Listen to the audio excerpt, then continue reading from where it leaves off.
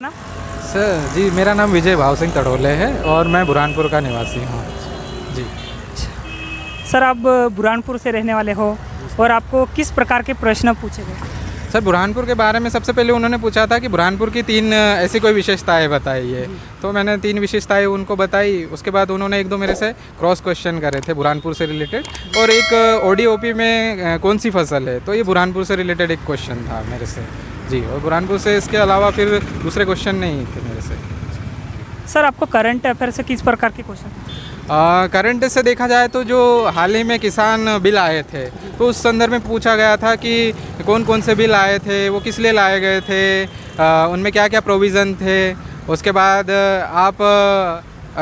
आपको अगर डिसीजन लेना हो तो क्या आप प्रशासनिक, उन्होंने मेरे से पूछा था जेनेटिकली मॉडिफाइड कुछ फसलों के नाम बताइए। तो मैंने बीटी कॉटन और गोल्डन राइस और बीटी ब्रिंजल वगैरह के बारे में बताया। तो फिर उन्होंने मुझसे पूछा था कि कोई और उसके अलावा जो जेनेटिकली मॉडिफाइड कोई बनाई गई चीज़, तो मैंने डोली का नाम लिया था, तो फिर वो सेटिस्फाई हो गए थे।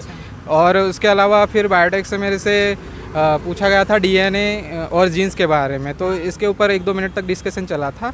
और बॉटनी के बारे में पूछा था, तो बोले बॉटनी को एक और किस नाम से जानते हैं, तो उस समय मैं याद नहीं कर पा रहा था, तो सॉरी सर कह दिया मैंने। जी। इसके अलावा आपके और भी क्वेश्चन किस प्रकार के पूछे?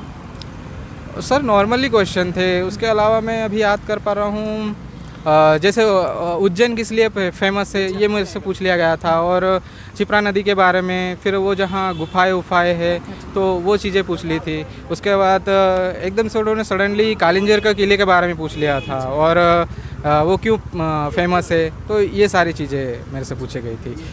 और करंट अफेयर्स में देखा जाए तो फिर अभी हाल ही में जो खालिस्तान मूवमेंट चल रहा है, जैसा कि इंटरव्यू से पहले मुझे भी थोड़ी सी नर्वसनेस तो फील हो रही थी, लेकिन मैंने खुद को कामनेस करने की कोशिश करी।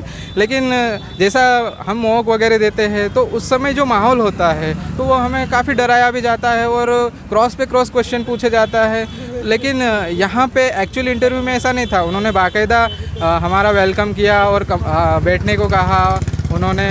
उसके बाद अच्छी तरीके से आप कंफर्टेबल हो तभी इंटरव्यू स्टार्ट करेंगे, इस तरह से चीज़ें हुई। तो मुझे बहुत अच्छा इन्वायरमेंट लगा। तो आने वाले बच्चों से तो मैं यही कहूँगा कि बिल्कुल बेझिझक इंटरव्यू में आए और बिल्कुल डरने की आवश्यकता नहीं है। बहुत अच्छा